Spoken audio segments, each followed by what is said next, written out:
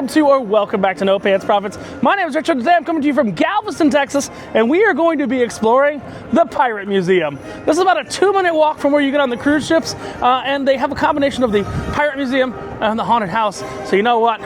We're going to do them both. Let's go in and let's see the Pirate Museum. This supposedly tells the history of Galveston's pirates, right? Yes, sir. It's the history of Galveston's pirates, and this building's been here since the 1800s, right? Yes, sir. Yes, sir. Since the 1800s. After the Great Storm. Wow. All right. Right in here, I'll play a little intro. All right, so we're going to go check out the Pirate Museum, and there's a ghost pirate there. All right. All about Jean Lafitte. Jean Lafitte. Here in Galveston. All right. Let's learn about Jean Lafitte. Oh, okay. Oh, perfect. Perfect.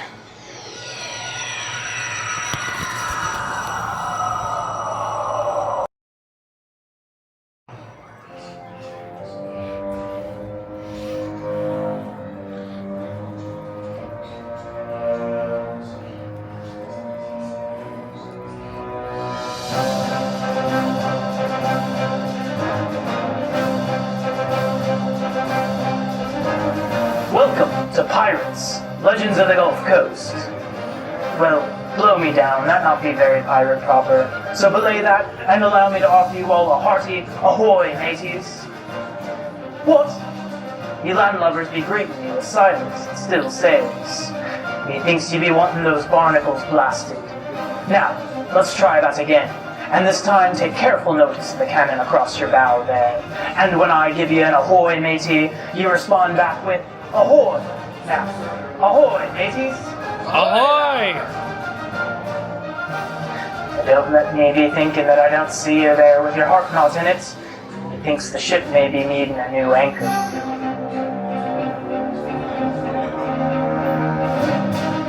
Batten down the hatches, and all those that be yearning for the sea air, and to be rocked by the gentle sea mother, listen well. For you that possess the sound pistols, never fear, for these shoot neither powder nor shot, but the great treasure of knowledge. Now, you be matching it to the gold doubloons you find, and by the sweetest siren's magic, you be holding it up to your ear for the best broadside effects. Us salty dogs welcome all aboard, be a poxy peg-leg privateer, or a pretty pirate princess, with plenty of sail for all. Come aboard and learn about Jean Lafitte, pirate, privateer, smuggler, war hero, legend of the Gulf Coast. Cast your eyes behind you to number 101 there. That's where your journey begins. All right. So, we're learning about Jean Lafitte, the famous pirate of Galveston. He looks a little creepy. Uh-oh. We're going to play Pirates of the Caribbean music just to piss off my copyright hell. Yes, that's Jean Lafitte and Captain Shmee. No. Oh, wow, that's a nice museum, actually. Prepare to board. So, Jean Lafitte, that's the guy. He's the famous pirate of Galveston. And we can scan these little QR codes, and it'll tell us things about Jean Lafitte. All right. Jean Lafitte. Come on. The feet of Jean. All right. So look, we got these little cute YouTube things from the Pirate Museum, baby. Yeah. Jean Lafitte. 27 subscribers. That made his mark not only in New Orleans, but right here in Galveston, Texas. Estimated to be 41 years of age when he died. 41 years old when he died. Born in 1780 and lived until 1821. 1821. He was known as quite the businessman. Yeah. With over 10 ships and a very large crew, Jean Lafitte battled and raided American, Spanish, and British ships. Governor of New Orleans once offered $750 for the capture of Jean Lafitte when Lafitte had missed his trial in Louisiana. Being the wise businessman, Jean Lafitte offered double that for the capture of the governor. After leaving New Orleans in 1817, Lafitte and nearly 1,000 of his pirate mates made their way to Galveston, where in 1820, Lafitte actually served as governor. Mounting pressure pushed Lafitte out of Galveston, but not before they burned down the town and sailed on to Spanish America until he died in 1821. Ooh. The man you see next to Lafitte is just an average deckhand doing his job, lifting a barrel of gunpowder up to the cannon deck, getting ready for battle. That's Mr. Smee! We've got John Lafitte and Mr. Smee. Don't play that copyright. Oh, assholes. Playing that copyrighted music again. We shall step aboard. Oh, wow. This is a nice looking pirate ship, if I do say so myself. Uh-oh. Step away from your treasure. Step away from your treasure, or I shall be cursed. Oh, no. There's the treasure. Just don't play copywritten music. Okay. Good. I got treasure. Oh, look. There's treasure there. It's really quite a cool looking little museum here. We've got, looks like an Indian chief who says we're really not welcome here. Oh, wow. There's a lot here. I think that's the exit, though. I think we should continue this way first. Step away from me, treasure. Step away from your treasure! We've got a real cannonball, it looks like. Swivel gun, yeah. That is not heavy enough to be a real cannonball. Arrgh. Pretty bird. Pretty bird. Pretty bird! A lot of motion sensors here.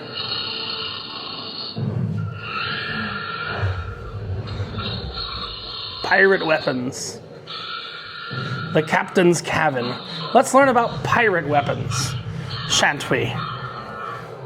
If I remember to, and I'm a good editor, which I'm not, I'll put these videos inside the actual tour that I'm doing here. But I won't. Why? Because I'm not a good editor, that is. Let's try this again. You can scan for pirate weapons. Come on. Open link. There we go. Let's see. Let's learn about pirate weapons. Pirates preferred fast and easy weapons to use against would-be attackers. The first choice was firearms, of which there were several types, but the flintlock was the most popular. However, with the reload time needed to keep the firearm active and the simple lack of reliability, pirates would often resort to other weapons in times of combat. One of the most common used weapons was the boarding pike. This is a long wooden stick that has a sharp metal point affixed to the end. It was a fast and effective way to ward off attackers trying to board the ship. Marlin spikes, daggers, and of course the ever-famous pirate swords were also pirate swords. and ways to fight the enemy. Oh. We got more pirate stuff. It's a big pirate museum.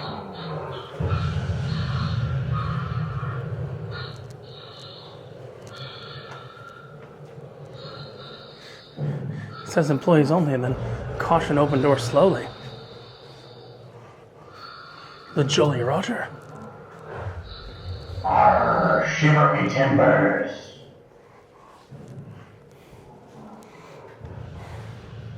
Who's that? Mary Reed. Mary Reed, is that? That's a. Oh, maybe this woman is something Bonnie. That could be Charlotte A. Bonnie. Arr, shiver me timbers. Oh, shut up, Blackbeard. Arr, shiver me timbers. I assume this is the pirate escape room. That's my logic there, is yeah. That seems to be a pirate-themed escape room because they have escape rooms here. We're not going to go back that way. Arr, shiver me Okay, timbers. we're shivering our timbers. I have an extra $1 from earlier too, somewhere. I overpaid for my beer. If you watch the rest of the Galveston video, well, you know what? Okay, pirate, I'll give you $1 if your acceptor works. Arr, shiver Okay, me timbers. cool. Trying to give you $1, pirate. Arr, shiver Shiver me me timbers. timbers. Let's see. Nope. Dollar bill acceptor does not work. So we got everything back here. This TV Plus is not available. Check your network connection. Pirate women. I swear that one's got to be the inspiration for the redhead. The redhead. Oh, sea shanties. So if you got a QR code reader, you can definitely check out that QR code. Let me try real quick. Shiver me timbers. Let's try the QR code. The music of the pirates. The music of the Music pirates. has played a central part in the life at sea, providing not only entertainment and contributing to the health and morale of the seamen, but also providing rhythm and cohesion to the everyday tasks of sailors and fishermen. Sea shanties were, and I speak in the past tense, although they're still sung to this day, rhythmic songs that helped the sailors keep in time during the work tasks. Pulling line to raise or trim sails, weighing anchor, or the even momentous work on the bilge pumps were all made less mundane and cheerful by song. Oh, Apart from working songs, there were also ballads. These ballads often described the hard life what would you on do board with the a tall fucking ships. sailor? They spoke of the good or the bad properties of a ship, or about the emotional links sailors had with the shore and those left behind. Not all sailors were permitted to sing songs. In Nelson's Navy, for example, songs were banned and replaced with the calling out of cadence or numbers for the rhythmic playing of a fiddle or fife. So go ahead and press a button on the screen in front of you to hear a sea shanty. Wait. Go ahead and listen to them all. They all have their ups and downs. See what I did there? It said you press the button to hear the sea shanty. There's a problem. The TV no be working now. Got a bunch of famous pirates right here. Some pirate whack figures. If you want to learn some more about deckhands at the bar, why not? Why not? Why wouldn't we learn more about deckhands at the bar? Look, we got all the pirate stuff right here. Videos, shorts, everything. Deckhands at the bar. Why not? We shall learn about them. Here we can see a couple of deckhands enjoying some adult beverages. And as you can see by the look in their eyes, I think they've had enough. Due to high seas, pirates would often tie a rope around their bottle of liquor so that it would not roll away or be taken by another pirate, or just be able to find their bottle after a long night of drinking. While there was a code of honor amongst pirates, of respect for other pirates, the liquor was a very sought-after commodity and would often go missing from sleeping pirates for others to drink. Oh no. Knowing what you have learned about knots so far, do you think that this is the best knot to use for keeping a bottle attached to yourself? No. Let's take a look at what's at the bar. Okay. What's at the bar? Oh, we got a QR code at the bar too. Don't go off, Pappy Pirate. Shiver me timbers. Let's see if we can get to that QR. Oh, that totally did work. Let's learn about what's at the bar. Well, welcome to the bar. Shiver me timbers. While rum is the most commonly known and enjoyed drink of the pirates, these sailors of the seas would drink several types of liquor and sea concoctions. The liquor would be brought onto the ship in a hogshead, which is a smaller 15-gallon version of the barrel that's holding this bar up. The one you hear about most often in pirates is grog. Well, grog came about because drinking water would often go bad on the long journey. The pirates would then mix rum with the water and try to eliminate the bad-tasting water. This turned out to what is known as grog. Ale was also commonly consumed on the ships, but much like the water, it would go bad over time. Gin was consumed like a beverage, and when a breakout of malaria happened, the medicine was mixed with the gin to make it taste better. This is where gin and tonic came from. Ah.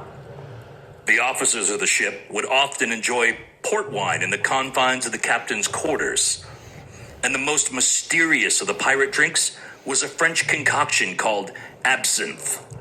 This drink was known not just for its alcohol-inducing effects, but for also its psychological effects on the brain.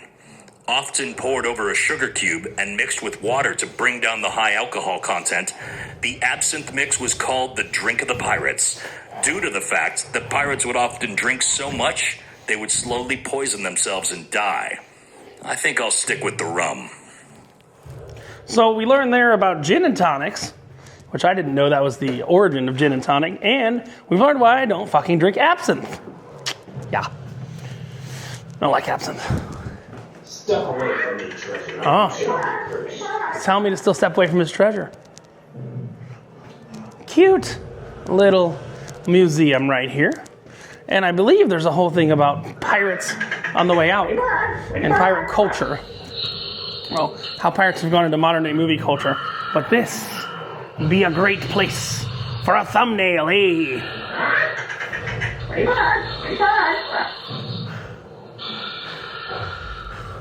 Yes, that'd be a great place for a pirate thumbnail. I like it. Step away from me, treasure, or you shall be cursed. All right. I think we've done enough time exploring the pirates. If you want to explore this a lot more yourself, definitely come explore it. But here is talking about some of the history of the pirates. It's on loan courtesy of Leonard Pickwell. That is a Captain Hook. That's kind of crazy. Yule Brenner's vest. Not sure who that is. We've got some Jack Sparrow stuff. Pirates of the Caribbean. Do we go upstairs? I don't know. I don't know if there's more upstairs. Let's see. That is Rose's panel. Oh, ye old Febreze. Ye old Febreze. And outro. Let's go to the outro so you can see what's on the outro. And then we're going to wrap it up and maybe we'll go check out the haunted place next door. Outro.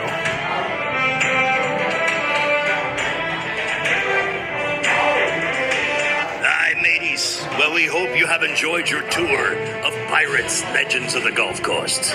This is where our journey ends. However, if you want to turn around and spend more time reviewing or reading anything in the exhibits, please be our guests. We have enjoyed having you and hope to see you again very soon. Please be sure to visit our sister attraction, Haunted Mayfield Manor. It's just next door and can offer both a scary visit as well as a non-scary version. Just ask our staff out front for more information. Also, all right. Please hand your listening wand. It seems like they used to have a listening wand. Now they just use QR codes. Yeah, they just use QR codes instead now. But this is all kind of pirate artifacts and stuff like that. But right next door to the pirate's place is a haunted attraction. So, you guys think we should go check out the haunted attraction?